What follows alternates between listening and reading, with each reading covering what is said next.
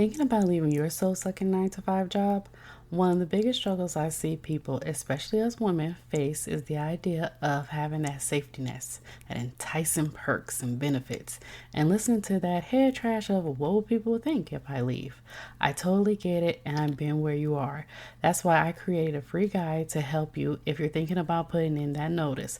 It's called Unlocking Your Exit Plan. Discover 5 things you need to do before leaving your 9 to 5. This guide is filled with worksheets and steps so you will have hand holding along the way. You can download your copy in the link in the show notes, and again, it's totally free. Now back to today's episode. Hey there, let's face it. Today's internet world is so saturated and everyone is fighting for that number one spot to be visible. It is no longer about running ads and having thousands of people on your email list. It is about building relationships and networking with others to grow your business and become visible. Hi, my name is Candace.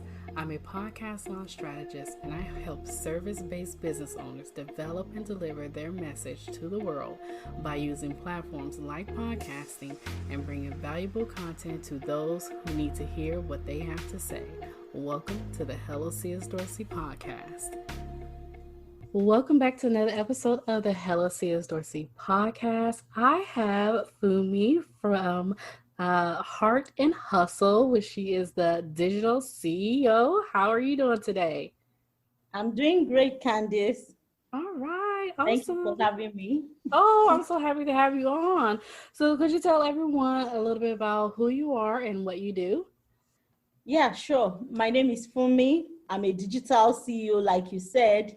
My business is helping other service business owners and other service providers to position their brands online. So I help them out with coaching sessions, web designs, digital courses, and membership sites. So that's a summary of my business. Awesome. This sounds good. I cannot wait until we get in and dive deep into the goodies. Can you remember a time in your business or starting out where you had sort of like a hello moment? Yes, several actually. Basically, I think it was my pricing. We all go through that when you start your business. You feel, oh, I don't know so much. Oh, who is going to pay me for this and that? And then suddenly I realized I was like slaving over, my client's work. I was highly underpaid, and I always got paid what I asked for. So it was me underpricing because I didn't feel like I had something that was so worth it. But then when I started interacting with other people in my industry and I saw their creations and I compared it to mine in a good way, I was like, no, I can't do this anymore.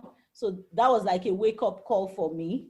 So I got myself a coach, packaged myself afresh, and just came out bigger and better. I don't overcharge, and yet I have a sense of fulfillment because I know I'm charging my worth. That's awesome, because that's one of the biggest things us as service providers and coaches as well, speaking for them as well, is charging what we're worth. And that for me, that was really big for me, because I'm like, I know I can charge X amount of dollars for this service because other people are doing it as well. And then when I calculate the medium of it, I'm like, ooh, that's still a little bit too much. And I think the thing of it is, in my mind, I think we get caught up in, we can't see ourselves paying for that, service. So why should we charge that particular amount for that service if we don't do it ourselves? And I definitely think we definitely need to get out of that mindset. It took me a long time, I would say 6 months, to realize that. And I still struggle with it sometimes, So I want to talk about validating a course your or a business idea. Sometimes Right. that could be like really difficult for someone starting out. What are some of the ways or tips you can give to our listeners out there on how to do so? Ah, there's so many things that we need to do just so we're sure that what we have is marketable and that someone would pay for it. So one of the ways I usually advise people to validate their offer, whether it's a course or a membership site, is simply to ask people, find out from them, do a survey, and just ask questions generally around. You could start by, for instance, make a list of the people or organizations that you are preparing that course or whatever for.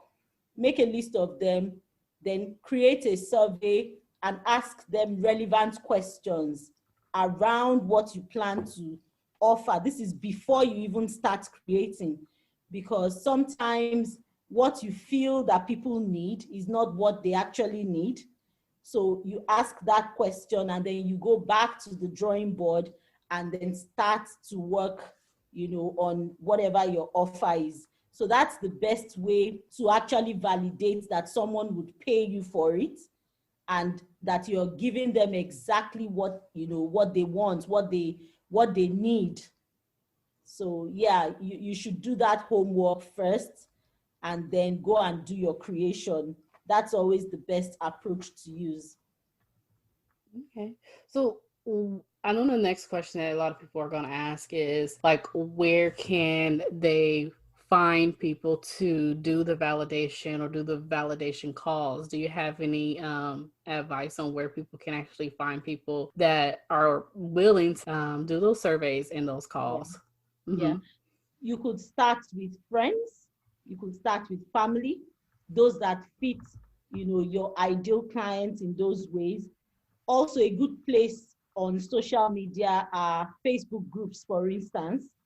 There are loads and loads of Facebook groups that have thousands of women, of men, of people who could, suit that product that you have in store. So you just need to know the rules and regulations of each group.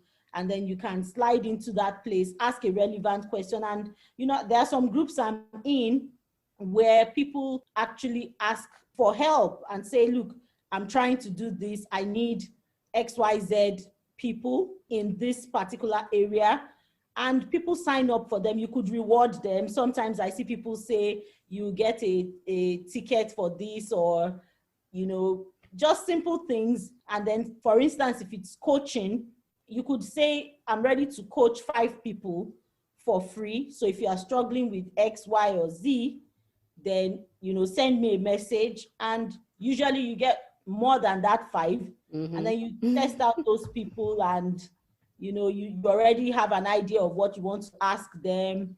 They give you good feedback because they are getting the free coaching. So just ask for honest feedback. Ask them, what can I do better?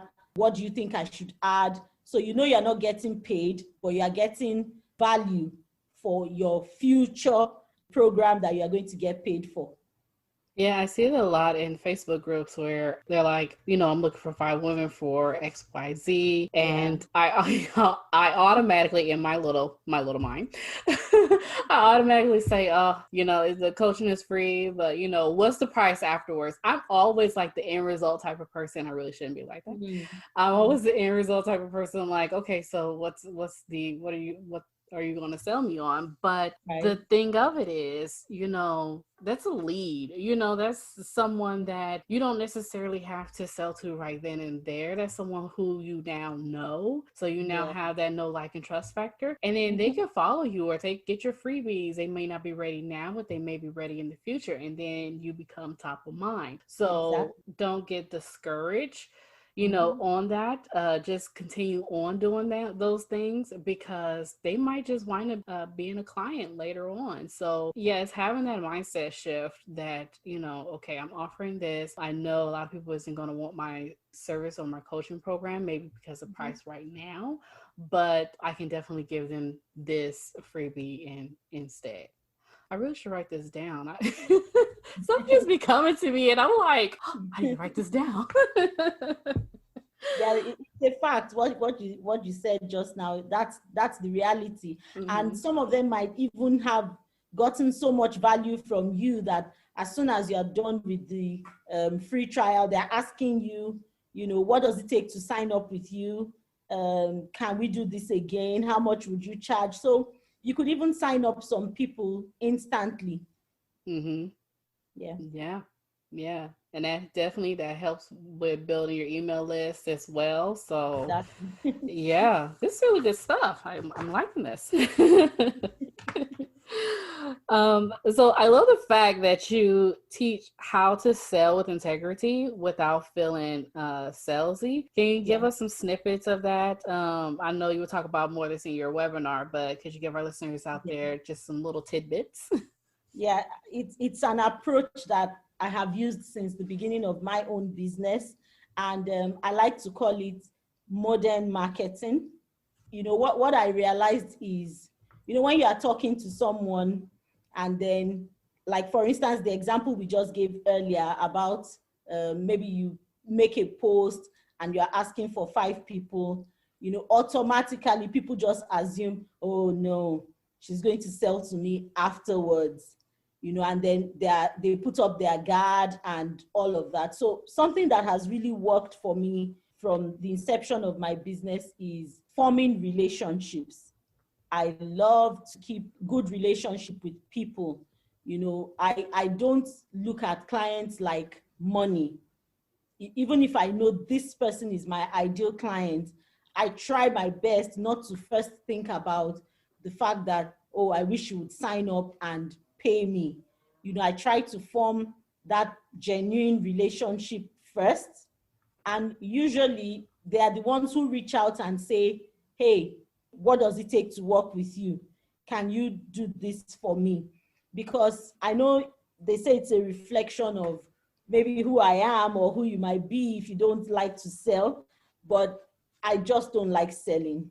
I love money, in a good way, but I don't like to like tell people, hey, come and buy this, hey, come and invest in this. No, I want them to see for themselves, because there's a difference when they walk in by themselves. So I keep up that relationship. I know that, people want to buy from people. People don't want to buy from businesses. So I first present myself as human. I first show that I genuinely care about them. And then as we get talking, sometimes it takes just a matter of days, sometimes it takes weeks, and sometimes it takes months. But if they are really my ideal client and I'm putting myself out there, I'm showcasing what I'm doing, usually they reach out first and say, hey, how about this your program? How about that your program? So it's what I teach anyone that works with me. Yes, definitely you can slide, because everyone has their own methods. You can slide into people's DM, but I really hate cold calling. I really hate it. It doesn't just flow with the kind of person that I am. So I prefer to form that relationship, and then we get into business, and everyone is happier for it at the end of the day. I love that. And I'm all about building networking, building relationships, and then ultimately grow your business, because it's like I stated earlier, you become top of mind with that person and like, oh, Candace does XYZ, I'm going to reach out to her. And I had that happen to me numerous of times, especially when I have my podcast. And it's one of them things that we start doing these other things that we think is going to work or help our business. And we know the thing that's going to work, but I don't know why, for some reason, we try to do other things and then like, oh, why is it not working? Because maybe you need to stick with the thing that worked in the beginning and then just keep building on that. So, and I say that because, with my podcast, I met so many wonderful people and just built so many great relationships. And it's just been so awesome. But yet and still, I'm trying to create, I don't knock lead magnets or anything. I have one, but I'm trying to create a lead magnet. I'm trying to run Facebook ads with it. I'm trying to build that know, like, and trust with my list and everything. And I'm like, Candace, you have a list of people that you already know. Why don't you just reach out to them? Right. So yeah, I completely agree with you. And I love when you said that people buy from people. That is so true, because I will buy from someone I know in a minute. Exactly. Yeah. So sometimes, like, I've had a situation where someone approached me and then we talked, and over time, because she's still doing the back work before she comes for before she signs, she signs up with me to like put her stuff together. But because we formed such a good relationship, she actually introduced me to someone else, and I have worked with that person several times, and she herself hasn't even worked with me. That's how powerful relationship marketing is. Yes. Because yeah, she hasn't gotten to experience me, but she's so much. We've developed that know, like, and trust factor. She found it so easy to recommend me to someone else, and I've worked with that person. So it's really powerful if we can try it. But usually we're in a hurry. We want it now. Yeah, that's So true. That is so true. I had someone on my podcast previously. I do believe it was Barbara Messinet that was on my podcast before. And, she said, continue doing your podcast. The money will come, but right, continue doing it. And at the time, I'm like, oh, yeah, but it really didn't hit me until now, where I'm just like, she's right.